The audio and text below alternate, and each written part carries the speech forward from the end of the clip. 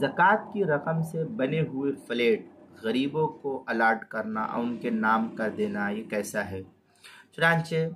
زکوٰۃ کی رقم سے فلیٹ بنانا اور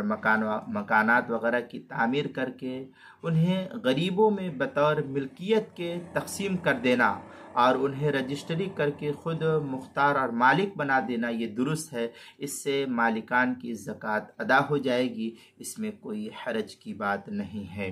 چنانچہ در مختار میں ہے وجاز دفع القیمہ فی زکوٰۃ وعشر، یہ در مختار جو بیروت کا چھپا ہوا نسخہ ہے اس کی تیسری جلد صفحہ 195، اور فتاوی شامی میں مزید ہے والاوجہ ان ينظر الى ما يقتضیہ الحال فی کل فقیر من عیال و حاجت اخرى، یہ فتاوی شامی کی عبارت ہے، تیسری جلد صفحہ 276، کتاب المسائل دوسری جلد صفحہ 263 پر اس کو نقل کیا گیا ہے، وہاں دیکھ سکتے ہیں۔